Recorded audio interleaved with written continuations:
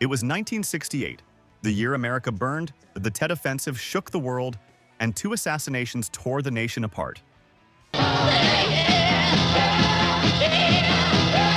And somehow, in the middle of all that chaos, rock and roll became the loudest voice in the room.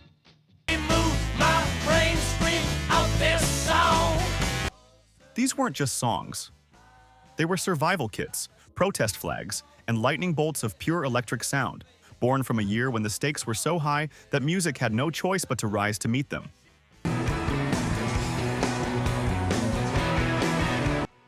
Tonight, we're counting down the 10 greatest rock and roll songs of 1968, the hits that lit up the Billboard Hot 100, rewired what rock could do, and left a mark so deep you're still hearing their echoes right now. Number 10. Fire. The Crazy World of Arthur Brown, 1968.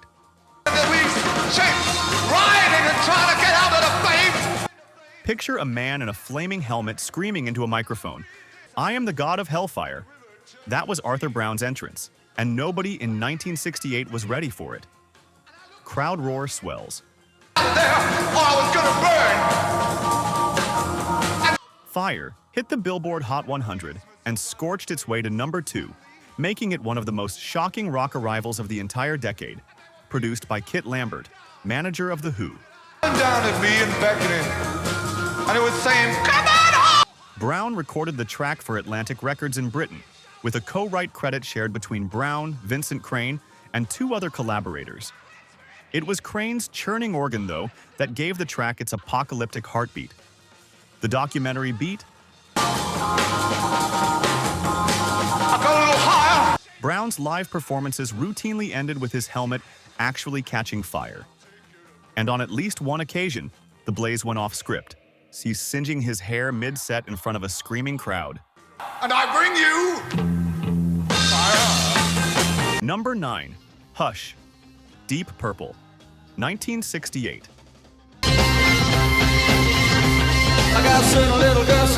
A brand new British band with zero name recognition recorded a cover of a Joe South country song and somehow blasted their way to number 4 on the Billboard Hot 100.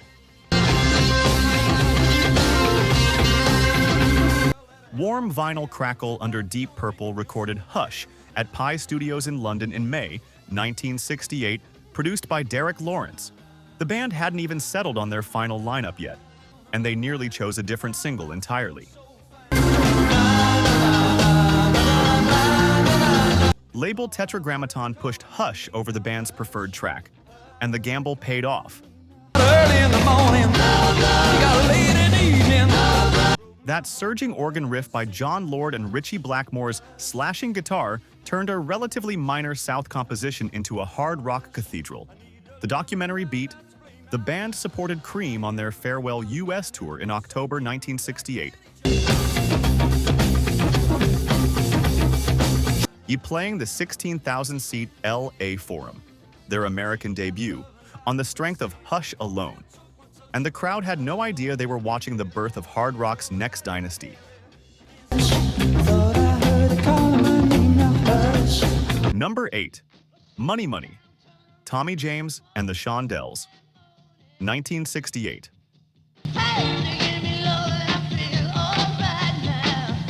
Tommy James was staring out his New York City apartment window, desperately searching for a word to rhyme with a melody.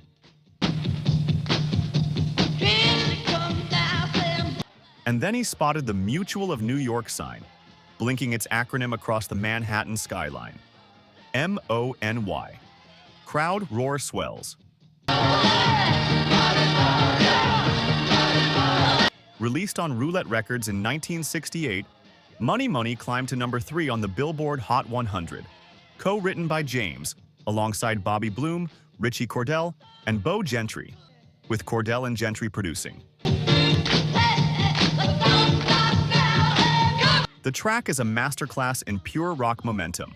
4 writers, 1 unstoppable riff, and a chorus so simple and visceral, it would still be tearing up concert halls 50 years later. The documentary Beat. When Billy Idol released his live cover version in 1987, and audiences began spontaneously shouting an unprintable phrase after each chorus. A phenomenon James himself has joked about, noting his clean 1968 original was hijacked by the 1980s in the most chaotic way possible.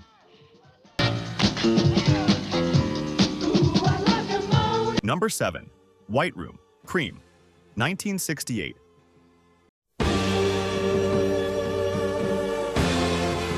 Jack Bruce wrote the lyric in a burst of surrealist poetry. A white room, black curtains, a station on the shore. And Eric Clapton matched it with a guitar tone so raw and aching, it sounded like a man bleeding sound.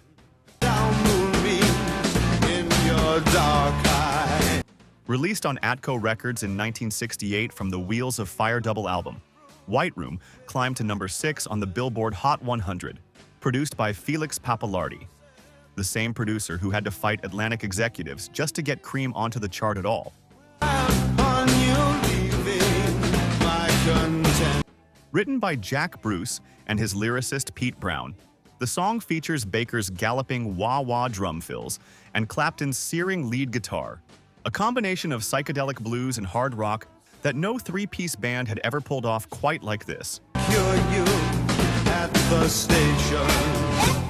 On the documentary beat, Cream announced their breakup in 1968 even as White Room was rising up the charts, meaning audiences were watching one of the greatest rock trios ever assembled dissolve in real time, making every listen feel like a farewell.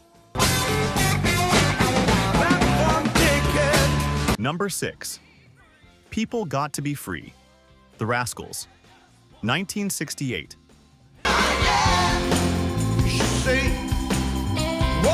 2 months after the assassination of Robert F. Kennedy, Felix Cavaliere and Eddie Brigati sat down and wrote what might be the most urgent, hope-drenched anthem of the entire decade. And it went straight to number 1. Crowd roar swells. Everyone learn to live together. Released on Atlantic Records in 1968, People Got to Be Free spent 5 weeks at number 1 on the Billboard Hot 100, produced by the Rascals alongside the legendary Arif Mardin, a song born of grief that somehow still managed to soar.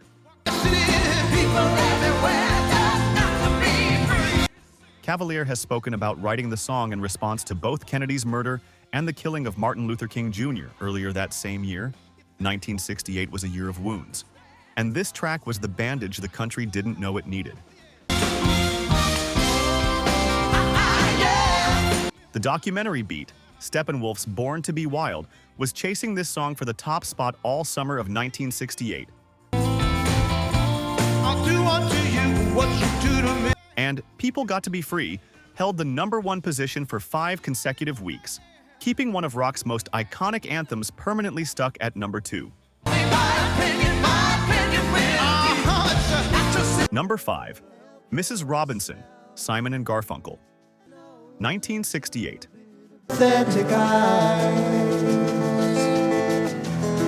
Paul Simon didn't even have a finished song. Just a melody, a handful of placeholder syllables, and a director named Mike Nichols, who had already fallen in love with music that didn't exist yet. Released on Columbia Records on April 5, 1968, and produced by Simon Garfunkel and engineer Roy Haley, Jesus loves you more than you will know. Mrs. Robinson hit number 1 on the Billboard Hot 100 and became the first rock song in history to win the Grammy Award for Record of the Year. Hey.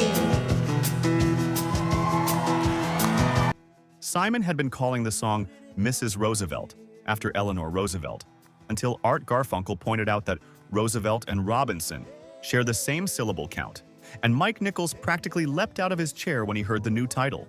Oh, you got to hide it from the kids, and here's to Are the documentary beat. The song's famous Joe DiMaggio line baffled the baseball legend himself. most of all. DiMaggio reportedly phoned Simon's manager to ask exactly what Simon had meant by "Where have you gone, Joe DiMaggio?" a line Simon has since described as a simple tribute to a vanishing kind of American grace. Number 4. Jumpin' Jack Flash, The Rolling Stones, 1968.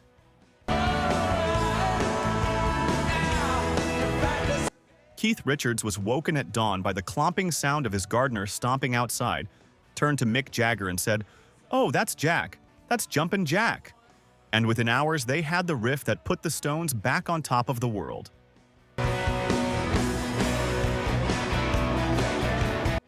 Warm Vinyl Crackle Under. Released on London Records in the US on May 31, 1968, and produced by Jimmy Miller, Jumpin' Jack Flash reached number 3 on the Billboard Hot 100. But it was a UK number 1 and a global reset after the psychedelic experiment of their Satanic Majesty's request.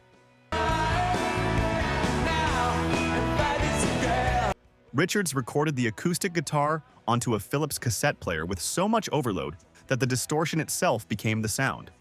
A raw, blown-out texture that the studio couldn't replicate with any amplifier on Earth.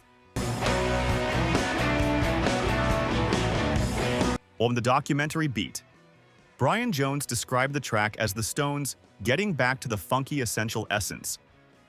But within a year, Jones was dead, fired from his own band, found in a swimming pool. Jumpin' Jack Flash now stands as the last great moment before everything fell apart. Number 3. Born to be Wild, Steppenwolf, 1968.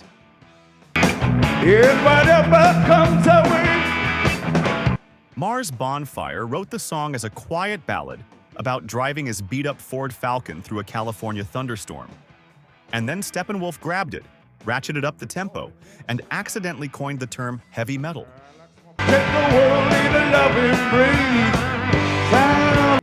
Released on Dunhill/ABC Records in 1968 and produced by Gabriel Meckler, Born to be Wild reached number 2 on the Billboard Hot 100, kept from the top spot only by People Got to Be Free for 3 consecutive weeks. The lyric, "Heavy Metal Thunder," is widely credited as the first use of that phrase in rock music, not as a genre label, but as a description of a motorcycle's roar, which makes the origin story somehow even more poetic. The documentary Beat, Born to be Wild, was originally a B-side. A college radio DJ in 1968 flipped the single. I fell in love with the B-side, played it on air, and the audience response was so overwhelming that the label had to flip the priority immediately. Sometimes history is made by accident. Number 2. Hello, I Love You, The Doors, 1968. Jim Morrison wrote this song in 1965, staring at a woman walking along Venice Beach, and then spent the next 3 years arguing with Elektra Records that it was too pop to ever release as a single.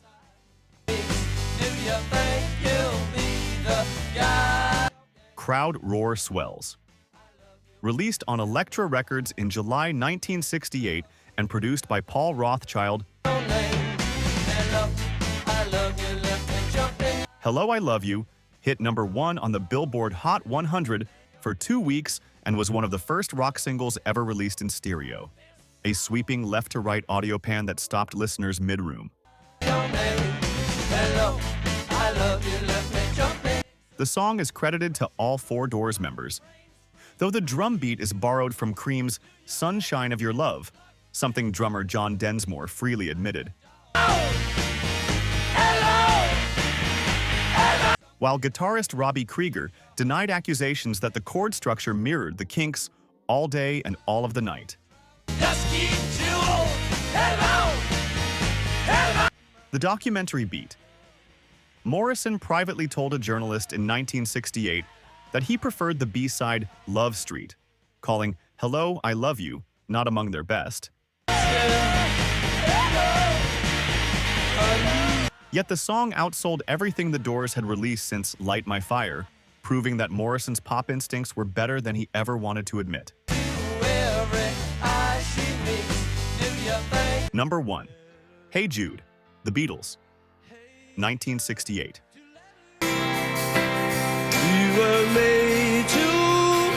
Paul McCartney was driving to visit a 5-year-old boy named Julian Lennon, the son of a marriage that was disintegrating around him. And he started singing to himself, "Hey Jules, don't be afraid." The minute you let her into your skin. Warm Vinyl Crackle Under released on Apple Records in August of 1968 and produced by George Martin. Go out and get her. Hey Jude reached number 1 on the Billboard Hot 100 and stayed there for 9 consecutive weeks, the longest-running number 1 by a rock act in the entire 1960s, a record that stood for years. Well, you know that it's a fool. Written by Paul McCartney and credited to the Lennon-McCartney partnership, the track clocks in at 7 minutes and 11 seconds, nearly 3 times the length of a standard 1968 single, and features a 4-minute coda of "Na Na Na" that McCartney almost cut from the final mix. On the documentary Beat, John Lennon heard the song and immediately told McCartney that the line, "The movement you need is on your shoulder," was the best lyric in the track. McCartney had planned to rewrite it as a throwaway placeholder, and only Lennon's insistence kept it in the song that 1968 needed most. Waiting for someone to